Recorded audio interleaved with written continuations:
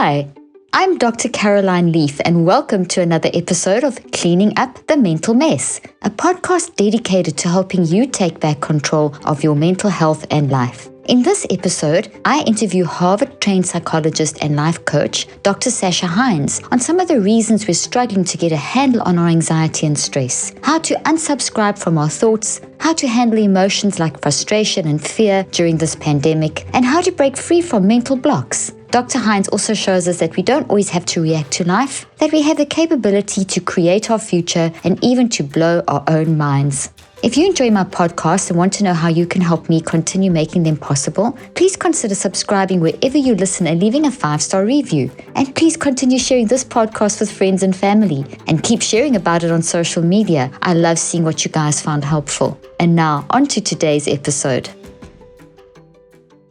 Dr. Sasha Hines, what a pleasure to have you in the studio today. I'm so excited to talk to you about the fantastic work that you do and just how you approach mind. I love it. I feel like I'm talking to a like-minded person. I know. I'm delighted to be here. It is very fun when I get to nerd out on topics like this. Oh, I agree with you, especially when you talk in the same language. It's just fantastic. Yeah, it is. I love it. Okay, so before we begin, can you just share a little bit about yourself that's not in your bio? I love to find out more about the story behind you and what keeps you motivated and why you do what you do, how you got to where you are today.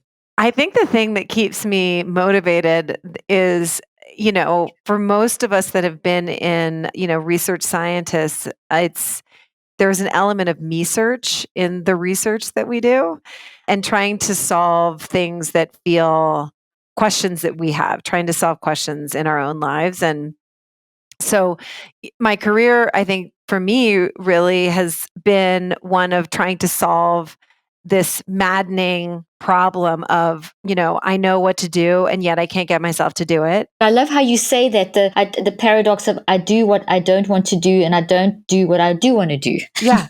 Yeah. This is the universal human problem. And even in studying positive psychology, so my background, I did my master's at UPenn studying with Marty Seligman at the University of Pennsylvania, and then got my doctorate in developmental psychology at Columbia. But nonetheless, despite all of my academic knowledge and that background, there's still this intention action gap.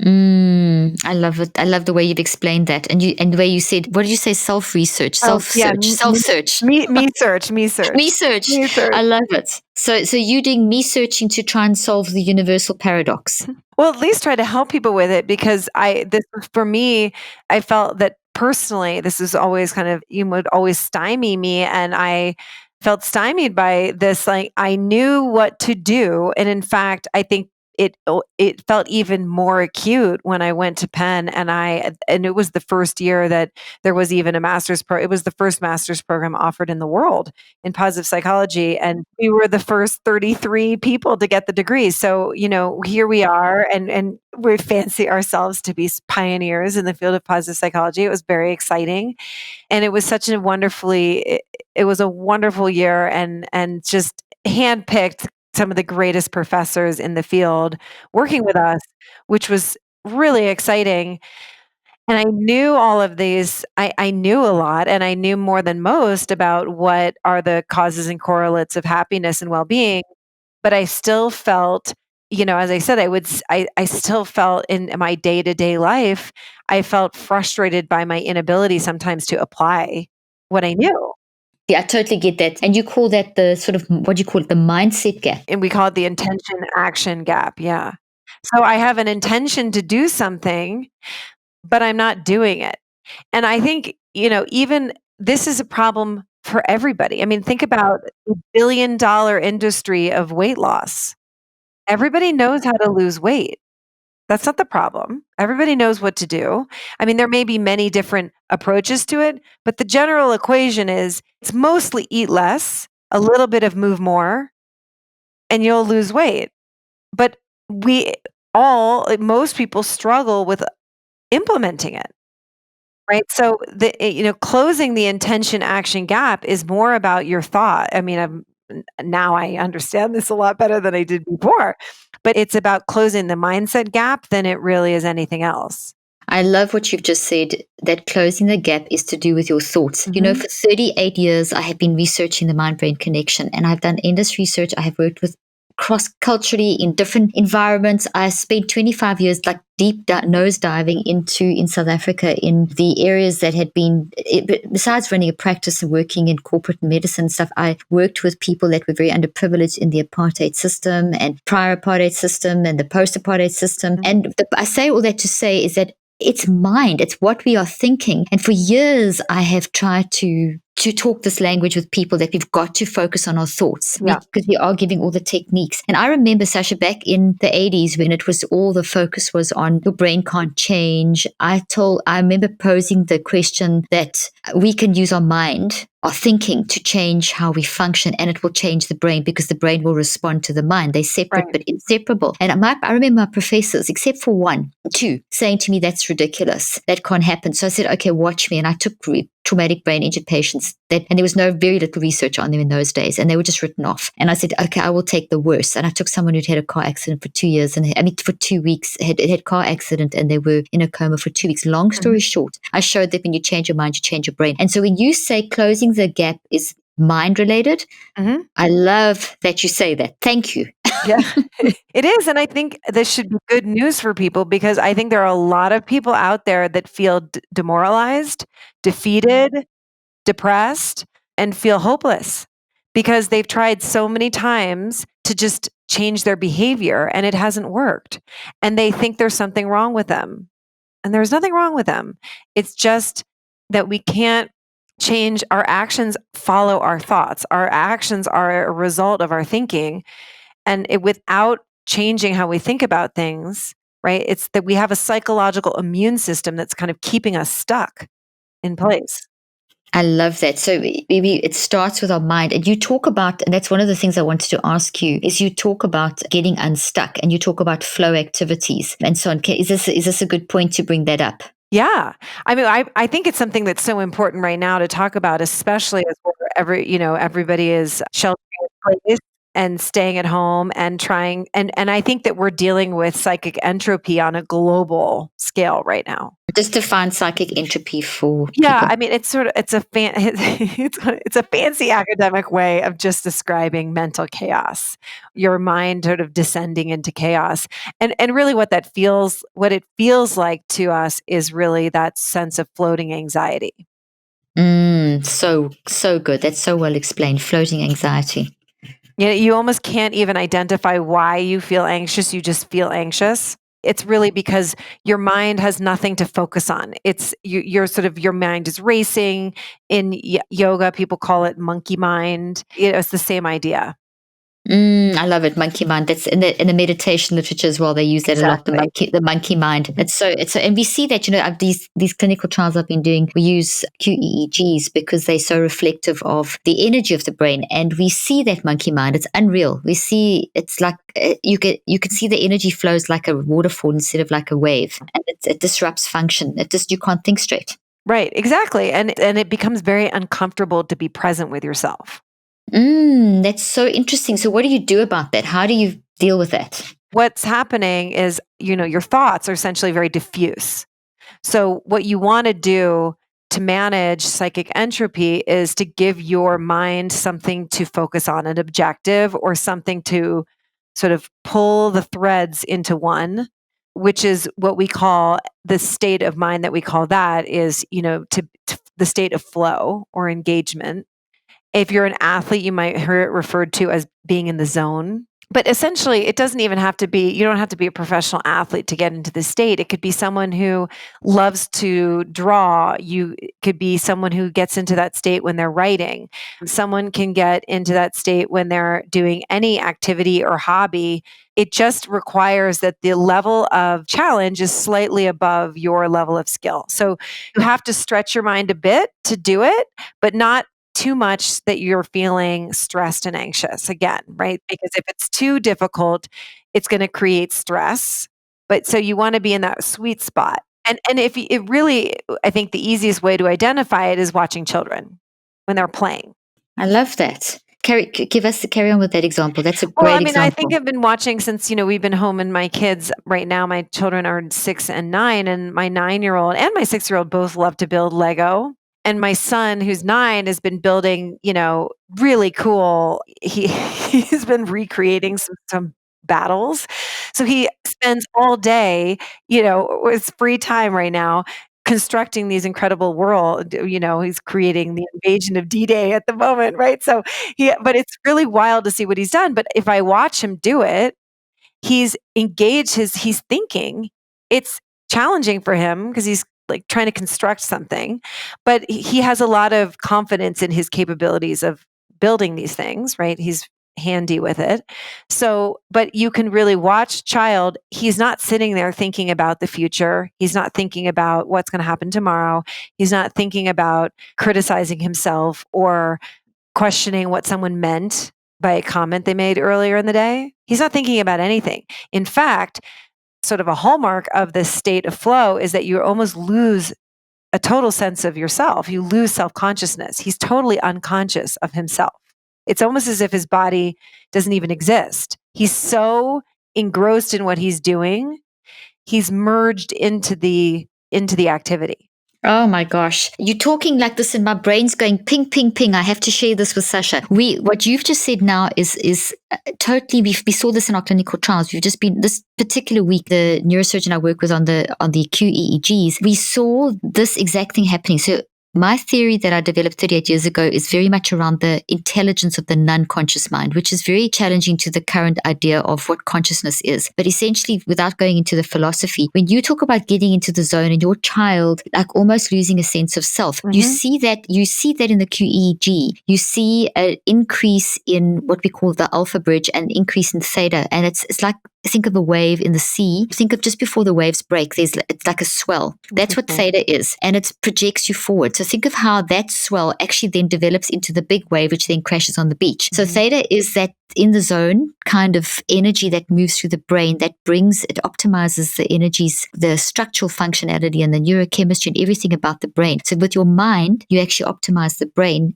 I'm just giving you the science behind the getting in the flow. And then that kind of pushes you forward into getting unstuck. So that's the science side. I know this is your field. I don't know if you've ever looked at it like that. Well, it's so fascinating. And thinking about what is he doing? And he's learning. He's skill building. Yeah, he's learning. He's learning and he's building skills because it's a sense, in a sense, he's practicing, right? Because it feels, and again, it's a strange state in the sense that it doesn't feel good in the moment necessarily because you're not even conscious of yourself. It's like you lose time, right? So it's, for me, I get this when I write. I could look up and think, oh my gosh, I just 2 hours went by? What? I've completely lost my sense of time. And I was so unaware of myself. You don't even recognize that you need to eat or go to the bathroom, or you lose your sense of self. But then in retrospect, it feels good. You think, that was great, or that was fun. That was a great day, or, that was a fun thing I just did, right? There's a sense of, it's like emotionally, it actually feels expansive and it feels good. But in the moment, you almost don't even have any sense of self at all. That's incredible. And what you're saying is that we should do that frequently during the day or have periods during the day. How do you use that in your life practically? I think this is really interesting because we're designed to go into the state of flow for a reason, right? Because it helps us build skills. And then, of course, in the building of the skills, we then create a life. We learn how to make things. We learn how to be artisans. We learn how to, right? This is an important human skill, and it's what's helped us to create society and to create some of the amazing, tools and technology that we have now. But what I think is so fascinating, though, is Csikszentmihalyi, Mihaly Csikszentmihalyi, anyhow, he and Marty were the founders of positive psychology. He wrote the book Flow, and this is all his, research. But one of his findings was that when he was doing the experience sampling method, so he was, in the 90s, like beeping people, they're wearing a beeper, and he's pinging them during the day to write down their affect, what they're experiencing emotionally, what they're feeling. And what he found was that people actually felt better at work than they did on the weekend, which seems very counterintuitive. But the reason his hypothesis about this was that what's happening is you feel more flow, you experience more flow at work because you have clear objectives, there's purpose and meaning, you have you have deliverables and things that you're doing, and you're engaged and you're focused on the work. And for most of us on the weekend, we haven't cultivated a life where we're engaged in hobbies and activities that create that state of flow. So people on the weekend would be entertaining themselves, kind of passively watching TV or, passively entertaining themselves. And they wonder why they kind of feel this floating anxiety. So in a sense, all of us right now are sort of on an extended weekend. I mean, even though we're all, a lot of people are working from home, but the boundaries of going to work and being at work, and for some people who are furloughed or have been, their work has been paused, for this period of time, they're on an extended weekend, and one would think that would be delightful, but that's not the way our brain is wired. It actually doesn't feel good. So I think it's and now, because of technology, and we have access 24/7 to entertainment, it's very easy to pass the time without actually having to cultivate hobbies and activities that bring you into a state of flow. So I think, interestingly, like, we'll see. Sasha, can I interrupt you there? Yeah, That was please. brilliant. That's brilliant. So one of the big dangers of this extended lockdown is an extended weekend, which sounds like heaven, but actually is not. No. Because it's so easy. That last statement you made, it's so easy. Can you just repeat it? What did you say? It was so good. It's just so easy to engage in sort of passive. You're going to, passively try to entertain yourself and engage in what I call emotional Novocaine, like things just to kind of numb you out, to numb you from the experience. And this is just all it's going to do. It's like it's putting fuel on the fire to your psychic entropy. It's just going to create more mental chaos and disorder. Because you're not actually active, you don't have the boundaries, you're not developing hobbies, you're not stretching yourself. So we do need periods of rest, because I know immediately people are going to say, but aren't we ever supposed to relax and watch some Netflix now and then? Of course you are, but it's almost like you've got to relax within structure, if I'm hearing you correctly, to stop this entropy thing. Yes, but in fact, and ironically, when you watch children, I think children are it's wonderful to learn from them, but when you watch them and they're constantly being active, and what you see is that their brain is relaxing as they're focusing on a project, right? You see a kid who's having a hard time and they're having a meltdown, right? It's like they're boundaryless. When you give them, if you give them a sheet and say, okay, we're going to do a coloring project, it's like their entire nervous system calms down. It totally changed. We see that, you can actually see that in the QEEGs, and you can see that in the blood work, because in my clinical trials, we looked at, as soon as people are managing their mind, basically the techniques have developed on mind management. We see immediately that as soon as people are starting to get these boundaries that are not tying you up, but they're giving you direction, you start seeing a change in how the energy flows through the brain and how the blood, like for example, things like prolactin, which is in the males and females. We always think of prolactin breastfeeding mothers, but that's not the case. It's actually one of the neuroendocrine hormones that is directly linked to the flow state. It literally is directly linked to how you're functioning on an intelligent, non-conscious level. And when that is not flowing like it should, you actually affect that. So you'll see the effect. What you've just described, I'm just giving a bit of brain science and physiology behind it. If you don't have that focus, if you get out of that flow, if you actually affect the neuroendocrine system, the hormones, the way the energy flows, the way the cells, the way the DNA works.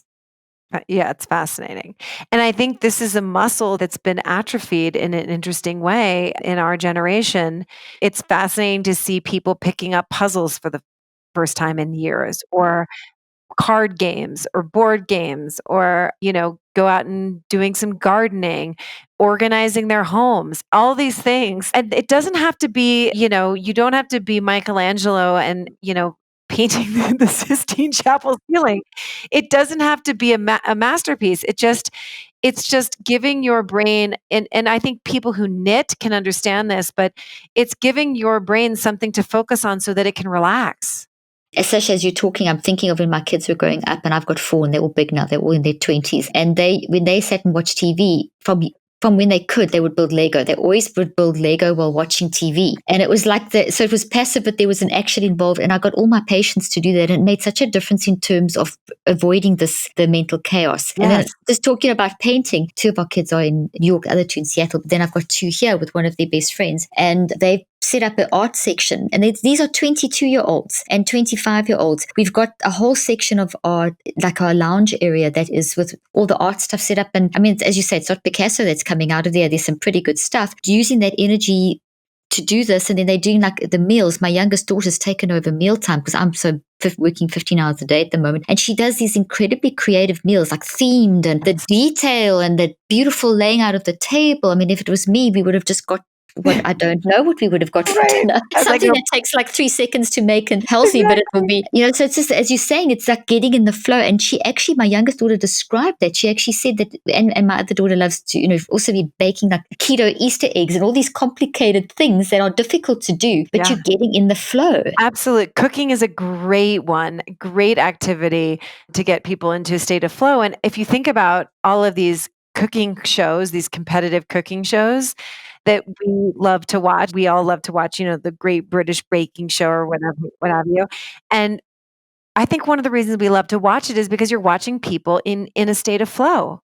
It's exhilarating. That's so true. That's so true.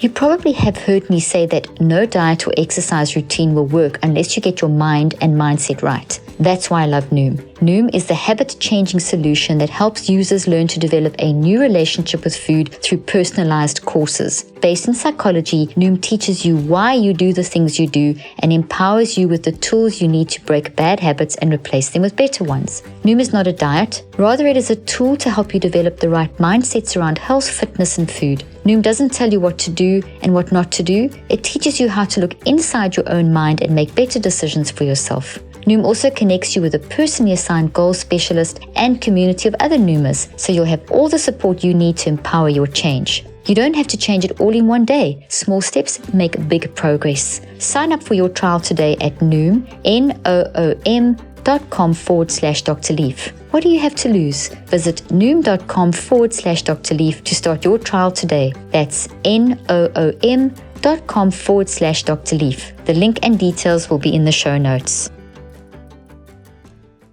So it's almost like the relaxation needs to have a challenge to it. So if you are going to watch Netflix, let's say that you're going to watch your favorite series on Netflix, how would you suggest a person approaches that?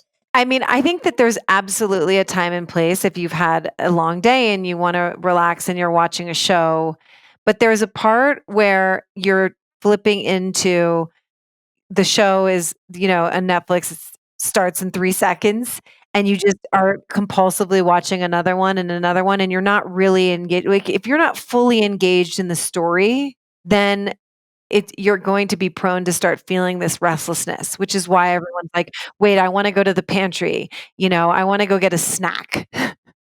It's because there's this sense of restlessness because your brain is not in a state of flow. And you don't want to be, you're not going to be in a state of flow all the time. I mean, that's a very specific thing, but I think any time that you're engaged in something that's requiring your brain to be active, it actually helps to relax your nervous system in the funny way. So, it's an interesting way of being able to kind of calm your nervous system down, because I think right now everybody's feeling very activated and in feeling a lot of intense emotion. So it's just that one way, it's just, a tool.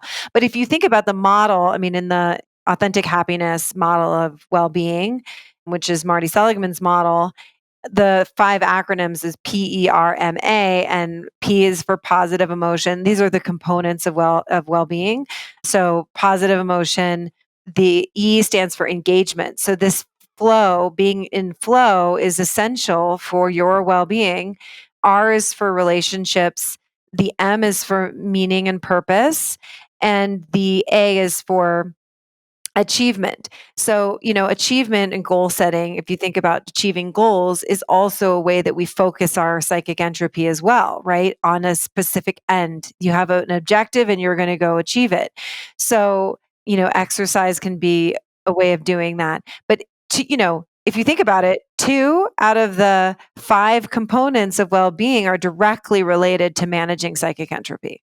So that's the engagement and the achievement Yeah. are both directly related to managing this flow, this psychic entropy, this mental chaos that leads to this floating feeling of anxiety that I call the old-fashioned word that describes it so well, which is what I use it so much, angst.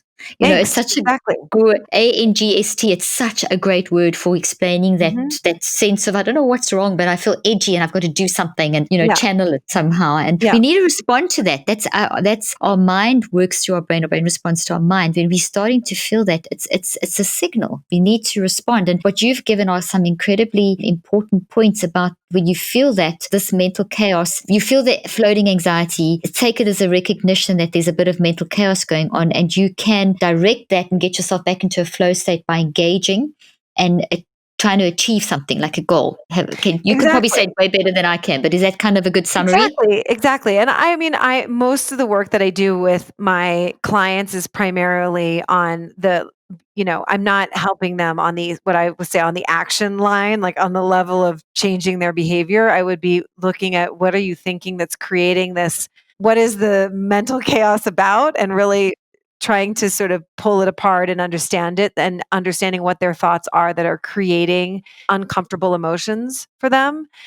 But I think that just with what's happening in the world right now, I think this is just a very easy tool to remember that it can be very useful sometimes to just, play solitaire, do a puzzle, get your brain a little bit engaged. If you're feeling like you can't pull yourself out of it, try to engage in something that requires a little bit of challenge. I love it. So you've given so many examples. And as you said, if you don't know what to do, just look at your kids or watch a few kids and see how they challenge themselves. It's true. They'll look at a jungle gym, the young ones, and they'll think, okay, I climbed that high last time, I'll climb high. And you can see their little minds working, how they're going to climb a little higher, even if it's just one rung higher on jungle gym or something. And that's the kind of model. So it's a level of discomfort. And that's very good so when we make this, but that's a mind decision. Exactly. You use your mind you said something interesting. So you try and help people to find what are you thinking that is causing this. And I was so pleased to hear you say that, because very often with things like CBT and that kind of stuff, the cause is not the issue. They don't focus on that. It's more just that's the wrong thought, change the thought. And a lot of the work that I've done for the last 38 years, which I've now got an app called Switch. I don't know if you're aware of that, but it basically is based on the process that you use in your mind to change your brain. And with whatever, whether it's the recurrent crises, the acute, the traumatic, how to manage in the day-to-day plus the big stuff, etc. And it's all about what is your thinking that is causing this. Because if you don't find the underlying cause, so you've got a thought pattern, but you've got to find the underlying cause of why you're thinking like that in the first place. There's always a reason that you're thinking the way you're thinking, and to try and find that so that you can then reconceptualize it. Can you talk a little bit more about that statement that you made? What are you thinking that is causing this? Everybody responds to external stimulus or what's happening in the world, reality. Everybody is responding to it in a different way. And it's all because of our cognitive interpretation of it, or our evaluation of what's happening. And I think it's just a fascinating natural experiment that's happening now, where you begin, there's a sort of a global thing occurring, and people reacting to it in very different ways, quite strongly in very different ways. And so it's like it's a hyperbolic version of what we're dealing with in more mundane times. But it's the same thing is true for everybody all the time, which is things happen to us, things happen in the world, and we have a thought about it. And it's the thought that we think is what's creating the emotion that we feel, always. And then the emotion that we feel is what's generating our action. So, the work is always, in my mind, the work is always in identifying what is the thought that's creating the feelings, the actions, and the results that I'm creating. I love that. So what I've seen from my research and that I've been teaching for years is the fact that a thought, we've got to remember that thoughts are real things. So if things happen, we are going to create the thought. It's a real thing. And we see that in the brain as you are thinking with your mind, you feel, as you think and you feel, you choose. So that's the mind action, but that produces a response in the brain, and you physically build that into your brain. So you grow little branches, you grow protein branches called dendrites. So you actually grow thoughts. Thoughts are real things. And that's the root of what you say and what you do. So until you identify all the branches, you can't move forward, which is what you're actually saying. And that thought has got the emotions and the information together. You can't see, you've got to look at both. Right. A thought alone that doesn't actually generate, like a thought that doesn't create a strong emotion or create an emotion with it, doesn't give your brain any information. So if I'm sitting here at my in my office and I'm, someone's like, "Oh, there's a tiger is chasing you." There is no activation in my body. I do not feel scared. It's just words. They're meaningless. It doesn't do anything to me. If I was somewhere where that sentence, I actually hooked onto something in the sentence, and it actually activated a feeling, then it would be telling my brain and my body, it would be sending signals to my body to start to run.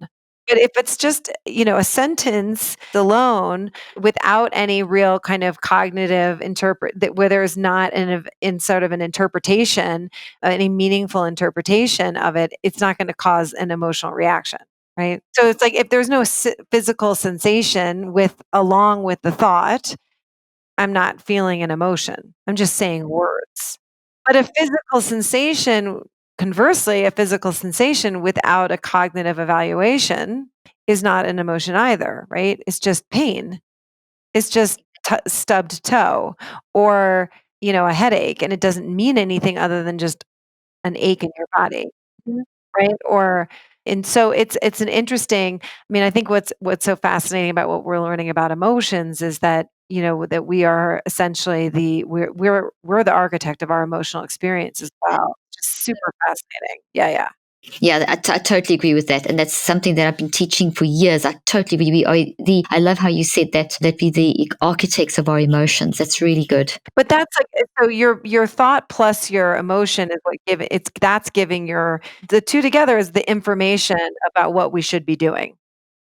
Right? Like, that's what's giving your mind body, shall we say, information about what you're supposed to be doing. Are you supposed to run? Are you supposed to freeze? Are you supposed to, jump and smile? Are you supposed to, say something?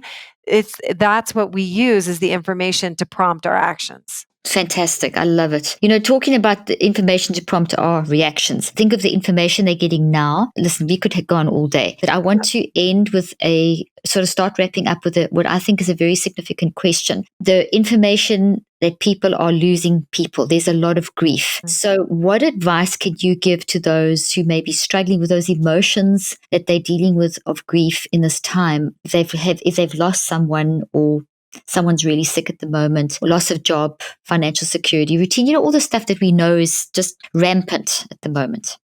Right. There is, in the ACT literature, there's an expression of clean pain and dirty pain. And the clean pain is someone you love dies and you feel grief. I don't want to not feel grief, right? Like we need to honor that we love that person and that we are experiencing a very deep longing for them and a missing of them and a sadness and all of those feelings that we're feeling, but that's what makes life so beautiful. That's part of what makes life worth living, is the capacity to feel those deep feelings. So, you don't I think just acknowledging that grief is feels so intense. It also is such a beautiful part of our experience of life. And that is just being able to sit with and surf that emotion, right? So just surrendering to the experience of it and allowing it to be there. And that's clean pain. And that's just a very normal part of life that we all have to, it's just part of the deal. Part of what we do. So what you're saying there, that sort of, if you had to give someone an actual tip, it's surrender and sit with it, embrace it. Yeah, and I use an acronym with my clients I created. It's like SURF, which stands for surrender, unfold, watch it unfold in your body. What's the physical sensation that you're experiencing? The R is for recede. It's just a 90-second biochemical wave. It's going to end. You might have another wave, but they're just going to be these little waves, and you can just allow them to just roll over you. And then so the R's recede, and then the F is find the name, or find the emotion. So what would you call that? Was that sadness? Was that disappointment? Was that frustration?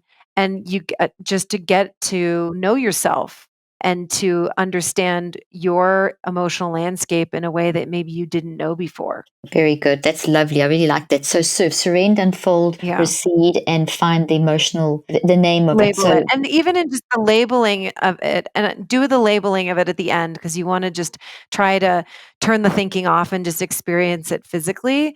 But just being able to label an emotion is part of the process of emotional self-regulation. So even just being able to give it a name, "I'm feeling angry," will help you regulate the experience.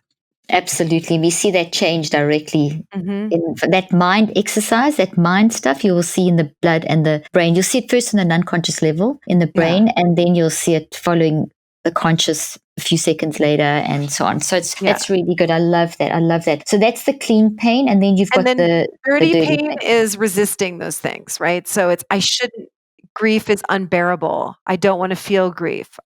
We shouldn't have to this is wrong. It shouldn't have to be this way.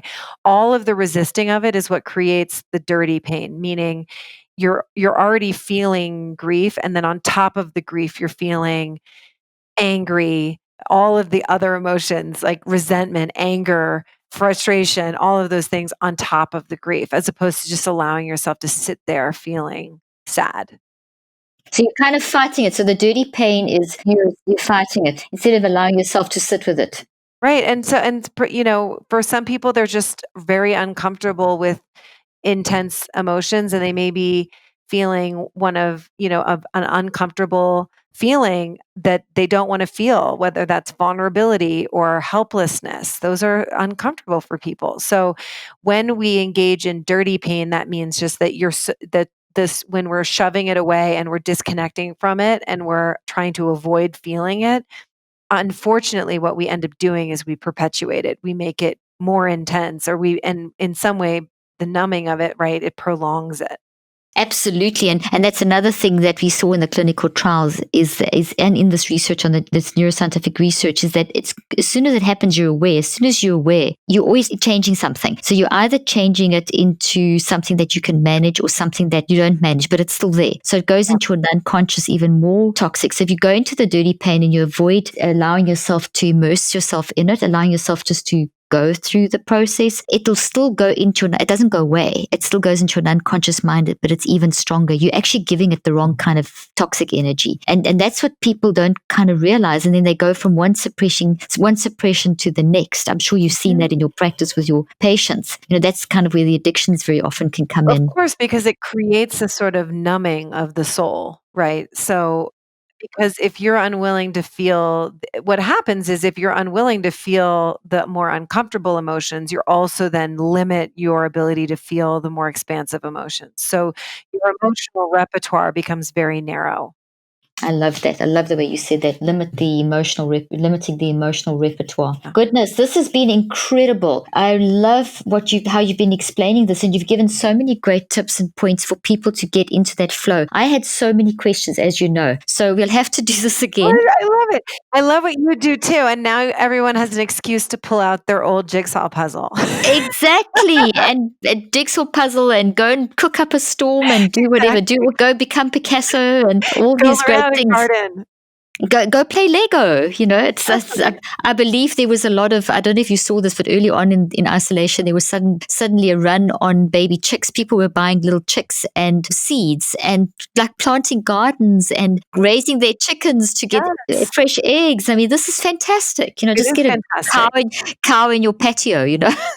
It's Not good always, for your not very brain. practical. Good for your brain. Where can people find out more about you and your work? I am on Instagram at DrSashaheinz, and my website is the same name, Dr. Sasha Hines on online. My website's in the middle of being changed, so I work with groups and do group coaching primarily. And there's something magical about being able to see other people get coached, because it's much easier to see that what's causing someone suffering is the way they're thinking when it's not you. Oh, absolutely. We be everyone else's best expert. We're very good at giving advice to everyone else and not taking our own. That's Right. amazing. It's a very, very good. So I have to ask you one last question before we go. And I'm going to we'll put all those links to Dr. Sasha Hines, her website, and everything will be in the show notes. But you briefly touched on this. If you can just wrap up with this maybe as a final kind of statement. You did an interview on the Goop podcast where you talk about unsubscribing from your thoughts. You spoke about a lot of stuff. You also have a great story about how you went through bulimia and anorexia and everything. And I'd love to have you back, because I was absolutely thrilled at how you just explained and handled that. It was brilliant. So I definitely want to invite you back to talk about that. But can you just wrap up with talking about sort of summarizing unsubscribing from our thoughts? What do you mean by that, and how do you do it? The first thing to recognize is that every single thought that you think is optional. We've made them all up. And when you begin to see the world in this way, you realize that there's been a big buffet of thoughts available to you. And because of the way that you were raised, and because of the experiences that you had as a child developmentally, the way your brain developed because of the relationships in your life and the things that you were told, you picked up in this buffet, you picked up certain thoughts about who you are and what you're worth and what you're capable of and what your future holds and all of these things. But there becomes a point in life when you get to become what I call an emotional adult, where you get to decide who you are and what you want to believe about yourself. And when you really begin, it's like the veil drops and you begin to realize that every single thing that you believe about yourself is something that at some point and you made up. And sometimes you made that thought up at 5. And it may have served you as a child, and it may have helped you survive in certain situations as a kid, but it may not be useful for you anymore. So we have so much more cognitive sovereignty than we think we do. I love it. We have cognitive sovereignty. We have the ability to change the way we think and feel, and that's directed neuroplasticity. You've spoken into what my listeners are used to hearing, which is that you can change your thought life, and you've confirmed that in a multitude of excellent ways. And I want to thank you for that, and thank you for your work, and just thrilled to have connected with you. And I'm really going to have you back on the show again, where we can dive deeper into these topics. And one amazing. thing I just want to say why it matters that you kind of get managed psychic entropy is because when you're calming your brain down, it's much easier to access new thoughts. That's why it matters. Okay, so we've got to recognize our thoughts. The thoughts are optional. Your thoughts are optional. You can change them, and you can use that mental chaos feeling, which leads to that floating anxiety, to recognize that you need to deal with your thoughts. That's kind of Yeah. And that's how you basically will unsubscribe. And when you're in that ruminating when you're in that wheel of anxiety and you're floating, that sort of like rabbit hole, you're like on the hamster wheel, and your brain, it's very hard to access new thoughts. You're kind of in a loop. So you want to be able to calm your brain down so that you can access other thoughts, right? So you can actually think on purpose. And so that's the unsubscribing from our thoughts. That's what you mean by that. So that's when you're in that state of anxiety. That's the work I do with my clients, is helping them understand that it's just a skill. Learning how to think on purpose is a skill. I totally agree. I say that all the time. You can learn how to manage your mind. Yeah, it's a skill. You can learn. Oh, brilliant. Absolutely brilliant. Thank you. Well, thank you once again. And we will have all your links on our show notes, and have a fantastic day. Oh, you too. Wonderful to talk to you. I hope you found today's podcast interesting and helpful. If you want more tips and help with managing anxiety, depression, and mental health, be sure to visit my website at drleaf.com and to sign up for my weekly newsletter, where I also include a schedule of my speaking events and so much more. And follow me on social media. I'm on Twitter, Facebook, and Instagram. Just look for Dr. Caroline Leaf. Also, I love seeing all your posts on social media about this podcast. I love seeing what resonates with you and what you've learned. So be sure to continue posting and tagging me and letting me know what you think and how these tips worked out for you. And don't forget, leave a review and keep spreading the word about this podcast. Thank you for joining me today. I really hope you learned something new and helpful. Till then, I'm Dr. Caroline Leaf.